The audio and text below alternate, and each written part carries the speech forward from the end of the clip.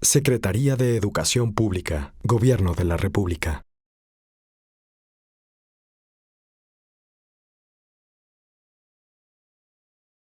¿Qué es lo que se está haciendo en concreto y cuáles son las líneas de acción, las políticas públicas que se derivan de esta reforma que hoy nos permite, con ese nuevo marco jurídico, poder caminar en estos 5 grandes objetivos?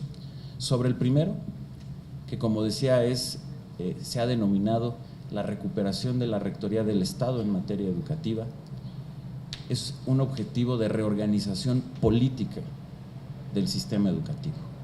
Una reorganización política muy necesaria porque el sistema educativo en gran medida estaba capturado por diversos intereses sindicales que tomaban decisiones educativas, cosa que no es su papel, que tenían el control sobre la vida de los maestros, es decir, decidían quién era maestro, decidían quién podía ser director, quién podía ser subdirector, en dónde daban clases los maestros, e incluso llegamos a absurdos tan grandes, como sucedía en Oaxaca, por ejemplo, que de manera oficial, por escrito, se tenía reglas sobre lo que tenían que cumplir los maestros de tareas políticas del sindicato, como por ejemplo, cumplir con un 80% de asistencia a las marchas de la sección 22 en Oaxaca y si no recibían un castigo.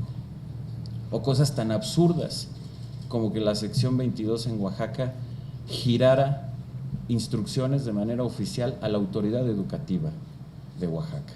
Ese era el nivel de captura y ese era el nivel de control que tenían ciertas secciones sindicales sobre la vida educativa del país. Y por supuesto, pues lo que prevalecía eran los intereses políticos de estas secciones y no el sentido educativo o pedagógico del sistema educativo. Y por eso era fundamental hacer esta recuperación de la Rectoría del Estado en materia educativa. Por supuesto que además esto llevó a una gran impunidad en el sistema educativo. En muchas ocasiones, yo podría decir que era prácticamente la regla el que no se respetaran las propias reglas que tenía el sistema educativo, las leyes educativas, y el nivel de impunidad era inmenso en este sistema educativo. ¿Cómo desmontar este sistema clientelar y corporativo que tenía gobernado al sistema educativo? Pues cambiándolo por un sistema que sustituyera relaciones clientelares y corporativas por relaciones de derechos y de obligaciones, pero que además estableciera de manera muy clara al mérito y no al favoritismo político como la regla del propio sistema educativo, una regla que ustedes conocen muy bien, la importancia del mérito.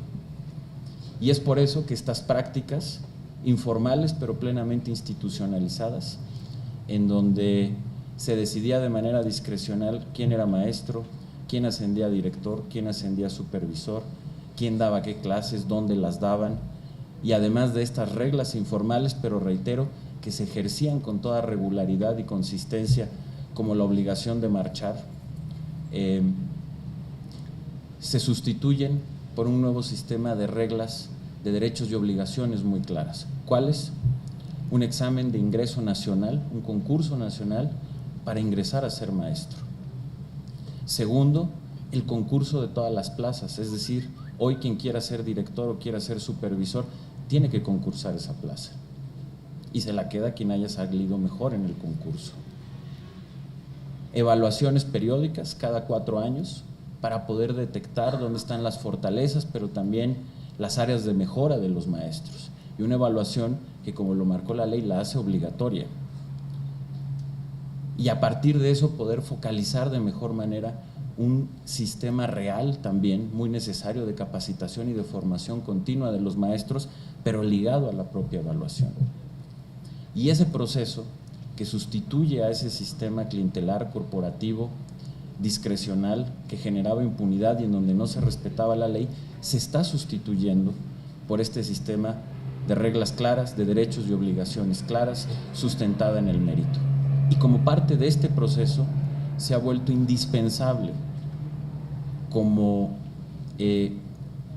comportamiento político por parte de la autoridad el ir estableciendo un Estado de Derecho en materia educativa e ir reduciendo la impunidad. ¿Qué significa eso? Simple y sencillamente que se aplique la ley en materia de educación. Y por ello es que ahora estamos haciendo cosas que antes no se hacían.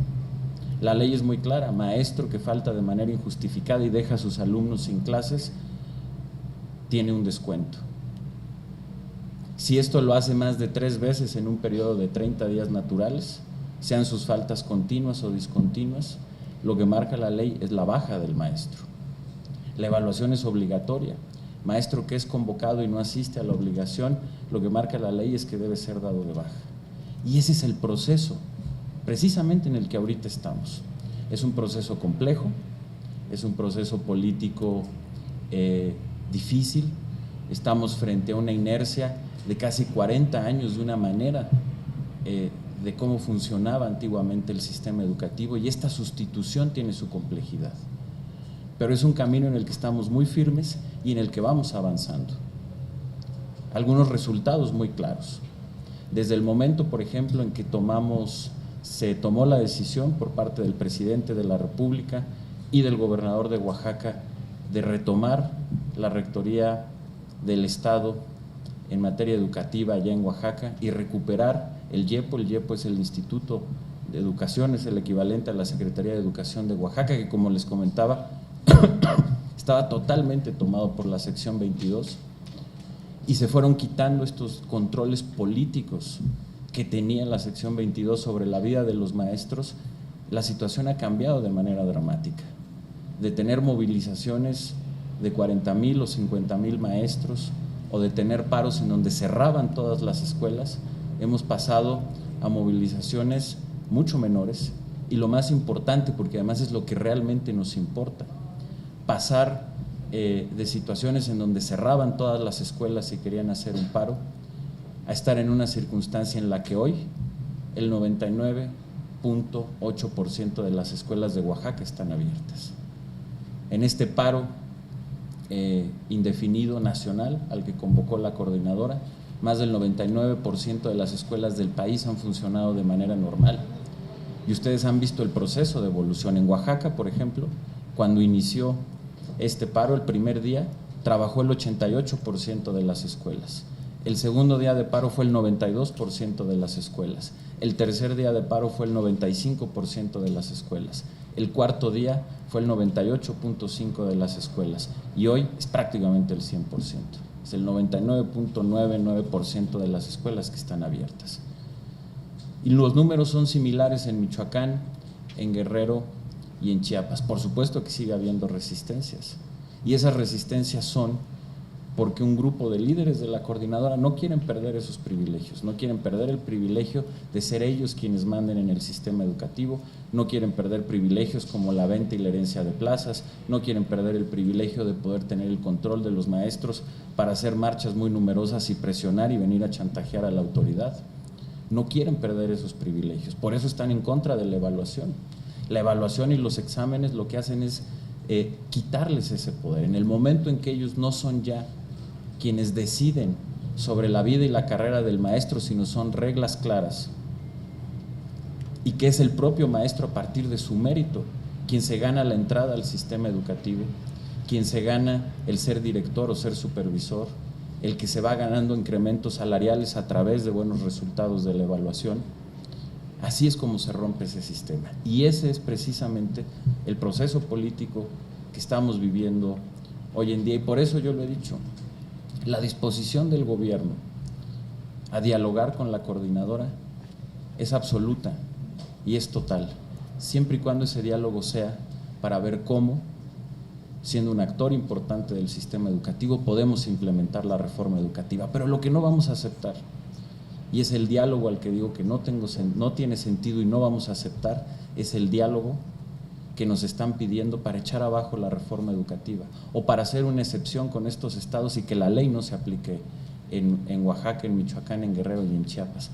Sobre eso no podemos tener un diálogo y no vamos a transitar en ello, porque es además parte de este proceso, el que se aplique la ley, el que se apliquen los descuentos, quienes hayan caído en más de 3 inasistencias, el que se les dé de baja, y así es como podemos ir construyendo un sistema educativo mejor, con reglas claras, meritocráticas y una reorganización política del sistema. Ese es uno de los primeros objetivos y que está en marcha. Secretaría de Educación Pública, Gobierno de la República.